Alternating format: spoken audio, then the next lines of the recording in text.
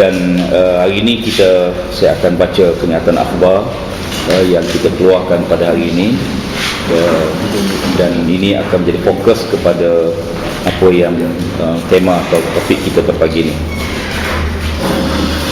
PAS Pahang menyangkal kenyataan Yang Amat Berhormat Datuk Seri Adnan Yaakob, Menteri Besar Pahang, kononnya Barisan Nasional Pahang yang menerajui Kerajaan Negeri Pahang tidak ada isu untuk dibangkitkan pada pilihan raya kecil Dun Kerbau pada kali ini.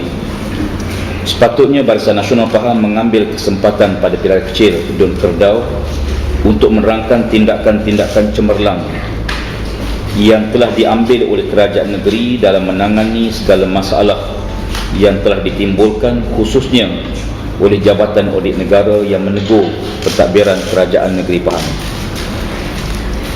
Amat malang sekali apabila Perdana Menteri cuba mengelabui dan mengelirukan pemikiran para pengundi dengan mengulangi janji-janji manis musim pilihan kecil dengan projek-projek yang bersifat mi segera. Ini menggambarkan tiadanya perancangan rapi, suatu perancangan jangka panjang bagi membangunkan Dun Kerbau khususnya dan kawasan Kuala Kerau amnya. Laporan audit negara yang dikeluarkan baru-baru ini banyak menyentuh tentang kelemahan pengurusan kerajaan negeri di bawah kepimpinan Yang Amat Berhormat Datuk Seri Adnan Yaakob, dan ianya merangkumi pelbagai skop yang ada. Di antara yang paling utama mengikut laporan Ketua Audit Negara adalah kelemahan pentadbiran dan pengurusan yang mengakibatkan kerajaan negeri kehilangan sumber pendapatan sebanyak 227.9 juta, bila mana 4 buah syarikat berkaitan dengan kerajaan negeri atau GLC gagal membayar balik pinjaman mengikut jadual yang telah dibuat. Laporan juga mendedahkan bahawa tidak wujudnya satu peruntukan dalam perjanjian tersebut yang membolehkan kerajaan negeri mengambil tindakan terhadap GLC, sama ada sebagai contoh perjanjian dengan ASPA ataupun PKNP, di mana bila mana GLC ini gagal bayar balik, kerajaan tidak ada peruntukan untuk bertindak. Dan ini memang satu perkara yang sangat malang bagi sebuah kerajaan yang ditadbir oleh Barisan Nasional. Dalam suasana anak-anak syarikat mengalami kerugian yang berterusan, Menteri Besar masih lagi mengharapkan dalam belanjawan yang dibentangkan baru-baru ini 50% daripada keuntungan GLC ini disumbangkan kepada kerajaan negeri. Jelas dan nyata bahawa inilah di antara sebab mengapa pakar ekonomi mewawarkan bahawa Pahang berpotensi menjadi sebuah negeri yang bankrupt pada masa depan. Rakyat Pahang juga diingatkan bahawa kerajaan negeri telah mengalami defisit belanjawan selama 13 tahun berturut-turut dan kini menanggung beban hutang sebanyak 2.17 bilion mengikut laporan Ketua Audit Negara. Oleh kerana laporan Ketua Negara merupakan maklumat awam atau public information, maka sewajarnya lah kerajaan negeri bersikap bertanggungjawab menerangkan kepada rakyat apakah langkah yang perlu yang telah diambil untuk mengatasi dan memeteras segala kepincangan tersebut sebagai suatu langkah pertanggungjawaban awam. PAS menuntut kerajaan negeri di bawah kepimpinan Barisan Nasional mendedahkan prestasi semasa GLC anak-anak syarikat kerajaan negeri sebagaimana yang dilakukan oleh kerajaan-kerajaan negeri di Pakatan Rakyat. Selangor sebagai contoh mendedahkan semua dokumen-dokumen kewangan, kedudukan kewangan semasa anak-anak syarikat kerajaan negeri, dan kita menuntut rakyat perlu tahu bagaimana kedudukan GLC di negeri Pahang. Berdasarkan perdana di atas, maka PAS yang mewakili Pakatan Rakyat menyeru seluruh pengundi dan di PRK Kerbau ini supaya membuat pilihan yang wajar dan tepat bagi membongkar segala kepincangan pengurusan kewangan negeri demi memperjuangkan kepentingan penduduk Kerbau khasnya dan di seluruh negeri Pahang ini amnya. Maka calon yang paling bawa bagi merealisasikan tujuan ini dan menggalas tanggungjawab ialah Saudara Hasanuddin Salim yang berlatar belakangkan dengan penuh integriti, kemampuan dan pengalaman kerjaya beliau di dalam dan luar negara. Beliau mampu membuktikan dan mampu bagi menangani segala keperluan dan kehendak ya, bagi pengundi-pengundi Dun Kerbau. Ya, kan itu PAS dan Pakatan Rakyat kita menyeru supaya peluang ini diambil sepenuhnya oleh pengundi-pengundi di Dun Kerbau. Ya, sekian, terima kasih.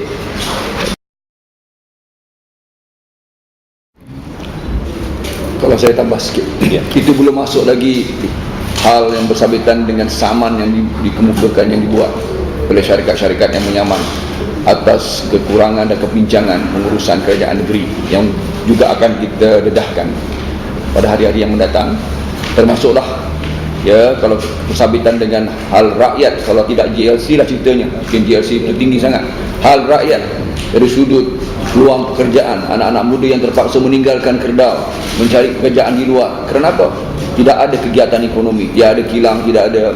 Sebab itulah semalam disebutkan ya, walaupun projek itu di jengka K9 ya, jengka kilang itu, tapi dibuat pengumumannya di sini. Walaupun secara maya ya dikatakan projek itu ya dibuat pengumuman oleh Perdana Menteri sendiri, tapi ia bukan di kawasan Kerbau ini. Nyata bahawa mereka tertekan hari ini dengan pendedahan yang kita buat, bahawa urus takbir kerajaan negeri ini, khususnya di kawasan Parlimen Kuala Kerau ini, adalah sangat-sangat mengecewakan. Maksud apa yang disebut tadi, semalam Perdana Menteri ada merasmikan Majlis Pecah Tanah sebuah kilang biomas. Kilang ini terletak di jengka 9, bukan di jengka 23. Ya, logiknya kalau nak buat pecah tanah, kita akan pecah tanah di tapak kilang yang akan dibuat kilang tersebut. Sepatutnya dibuat di jengka 9. Tapi Perdana Menteri secara maya memecah tanah di jengka 23. Tuan-tuan boleh tengoklah. Ya, saya ingat saya cadangkan Perdana Menteri pecah tanah projek di Kuala Lumpur lah, pecah tanah di Kerbau ni. Itu lebih baik. Ya. Ya, dan mana-mana projek dibuat di Malaysia ni secara maya pecah tanah di sini. Ya. Dan ia memang benar-benar sama ada siapa yang bohong siapa, rakyat boleh menilai. Ya. Khususnya bagi pengundi. Ialah alam maya kita boleh buat semua projek. Ya. Projek naik ke angkasa pun kita boleh pecah tanah di sini secara maya. Tapi ia menggambarkan tiada suatu perancangan yang rapi, yang teliti bagi membangunkan masa depan Dun Kerbau.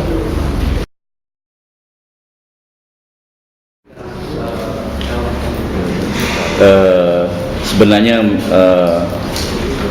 kita dalam konteks calon ni, kita telah putus lama dan kita telah pun betul di peringkat, di semua peringkat kawasan. Kita naik di peringkat negeri, negeri pun dah lulus dari Hasanuddin, kita angkat ke pusat, pusat pun dah setuju, angkat ke syura, syura pun dah setuju ya, bahawa calon kita ialah Saudara Hasanuddin Salim.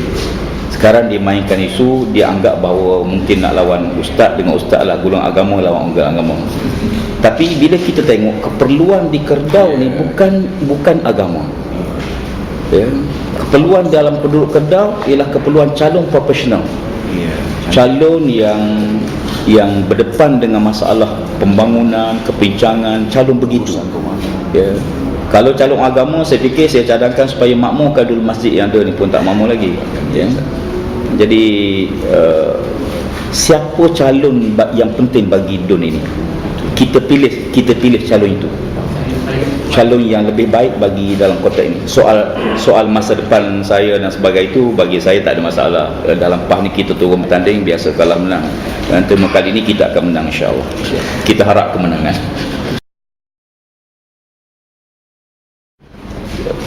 Sebenarnya saya telah membuat kenyataan 2 hari lepas bahawa isu sijil calon BN tidak pernah dibangkitkan oleh mana-mana pimpinan PAS, mana-mana blok PAS ya. Kita tak pernah timbul pun ya.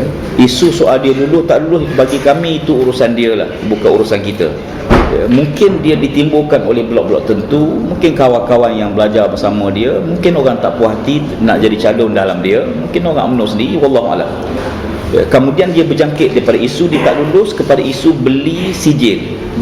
Saya minta disiasat siapa yang mula-mula keluar kenyataan beli sijil. Ikut maklumat kami, kenyataan itu dikeluarkan oleh Menteri Besar yang menuduh pembangkang kata dia beli sijil. Beli sijil langsung tak pernah timbul sebelum itu Jadi saya kira ini satu mainan politik nak timbul sentimen di kalangan perasaan pengundi. Bagi kami janji isu peribadi kita tidak akan jadikan isu dalam election. Ya. Jadi bagi kami rakyat boleh pilih yang terbaik yang kita kemukakan. Jadi komitmen kami isu peribadi kita tidak akan sentuh.